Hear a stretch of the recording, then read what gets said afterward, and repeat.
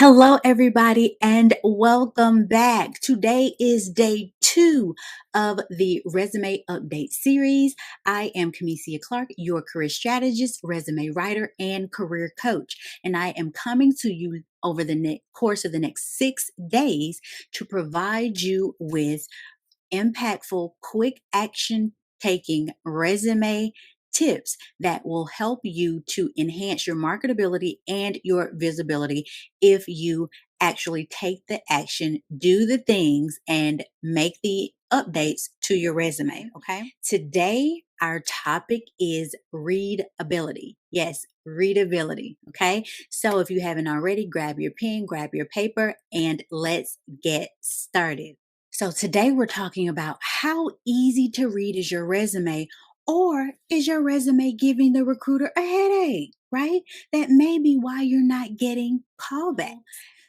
Like, share, subscribe. Let's talk about it. Today's tips are going to help you create a resume that is easily readable. Okay. So the first tip that I want to give to you tonight is to make it simple.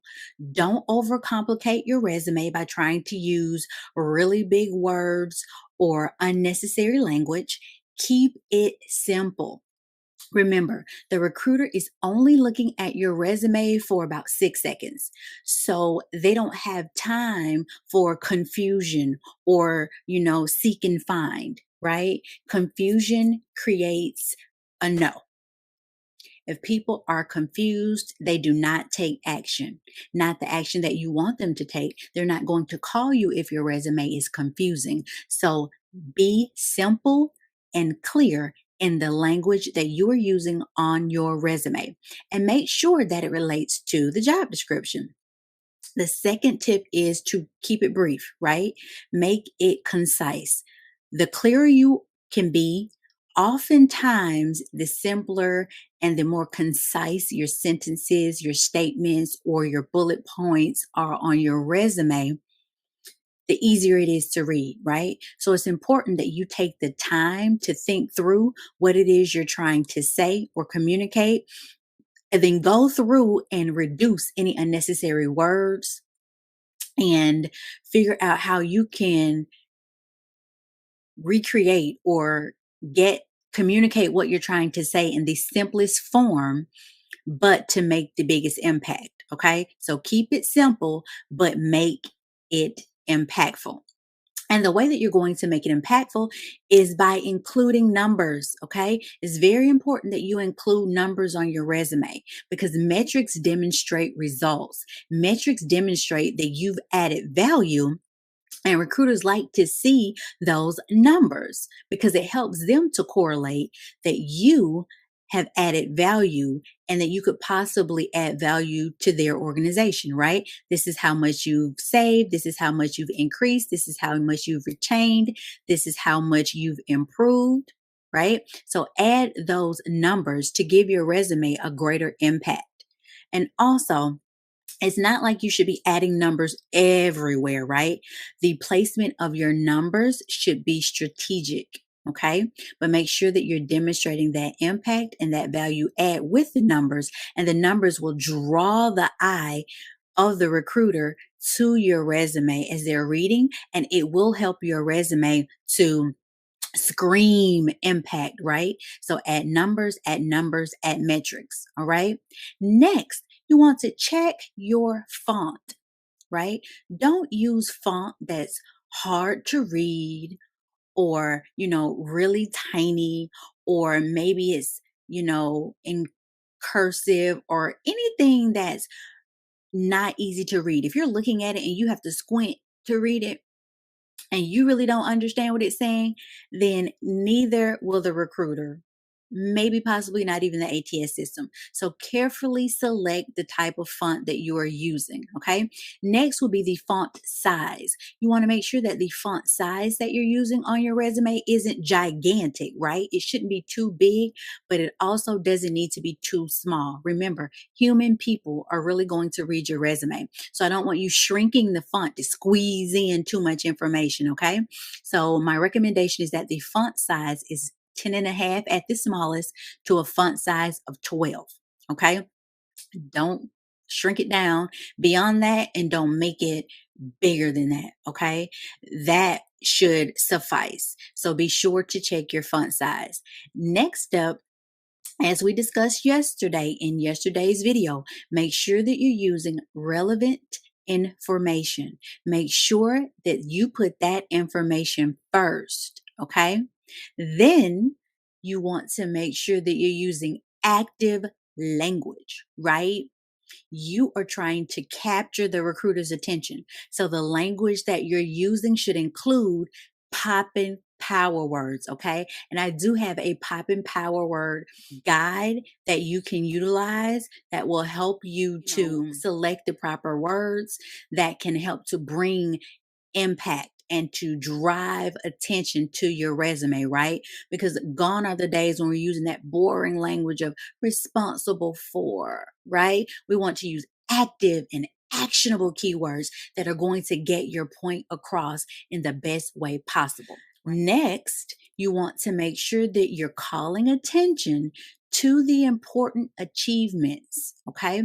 So if you did the work, you made the impact, then it should be stated, okay? So you want to bring that to the reader's attention by not just listing out your job duties or responsibilities. You want to go into this, but being concise enough and including your metrics, but you want to drive the point home, right? You want to get the point across. You want that impact to show.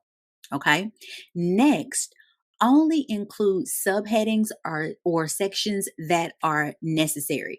Don't add a section or a title simply because you saw it on somebody else's resume, right? Or because everybody else is doing that. You don't always have to have the same sections that everyone else has, right? Some people don't have a professional summary section, and that's okay, right? If you're someone who hasn't worked, let's say you're a student and you don't really have professional work experience, then retitle that section, right? Reimagine that. Do what works for you and your skills and your abilities, right? So if you don't have that work experience section or the professional experience yet, then title it something different, right? Title it something like um, relevant coursework, academic achievement, extracurricular projects, right?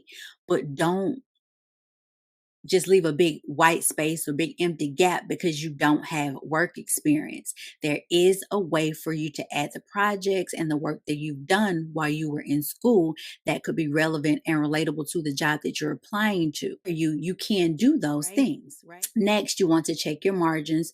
Don't have super huge margins like with an overabundance of white space, and then you don't want to have your resume formatted where there is no white space, right? We need the white space for the readability, right? Next, you want to make sure that your resume flows, right? You want it to flow properly, right?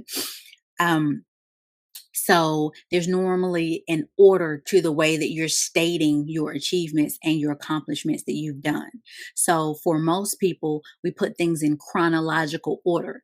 And what that means is that we will start with the most recent employer and work backwards, right? All the way down through your most relevant employment experience. Okay. So the relevant and most recent experience, again, is at the top. So your most recent employer will be at the top, and then you'll go down from there. Okay. So it demonstrates and it tells your career history from most recent to the past. And then you want to determine what resume type is best for you, right? What resume format should you utilize? Should you be utilizing a chronological resume, or should you be using a different type of resume, right? I have a mini training on the different resume types over on my IG page under the quick trainings highlight section. Okay.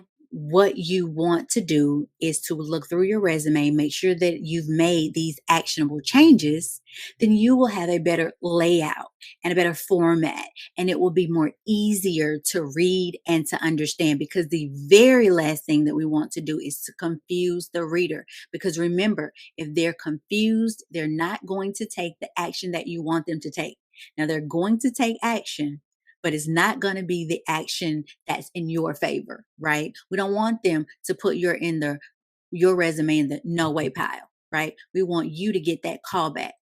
So I hope you found today's tips helpful and useful. If you have any questions or comments, please feel free to add them, and I will absolutely respond to you accordingly. This information is also included inside of my Ready Resume Guide. It's something that you will also be able to find inside of the link in the bio. Okay. So I'm providing several resources for you today in the links. Okay. Also, as always, if you need help with your resume writing, you can't do it on your own, you don't have time to do it, then click the link in my bio and schedule a resume writing service. I do provide that as a service to you. Also, don't forget, the waitlist for the Career Success Setup Academy is open. So I am so excited, because the Career Success Setup Academy is going to be so much more than just resumes and LinkedIn. Okay. This Career Success Setup Academy is going to take you from start to finish throughout your entire career search journey. Okay.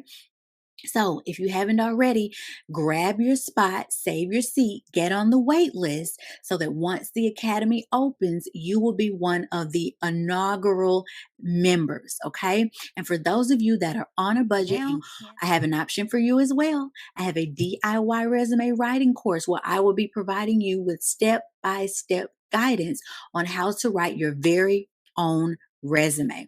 So again, please share this video, right? Sharing is caring. So we want to make sure that we spread this knowledge to anybody that could possibly use it. Okay. If you have any questions, please comment below. And as always, I am so very excited to see you through your career journey. I would love to work with you. I would love to assist you. And thank you for joining. As always, you've got next. And I can't wait to see you win. Goodbye for now.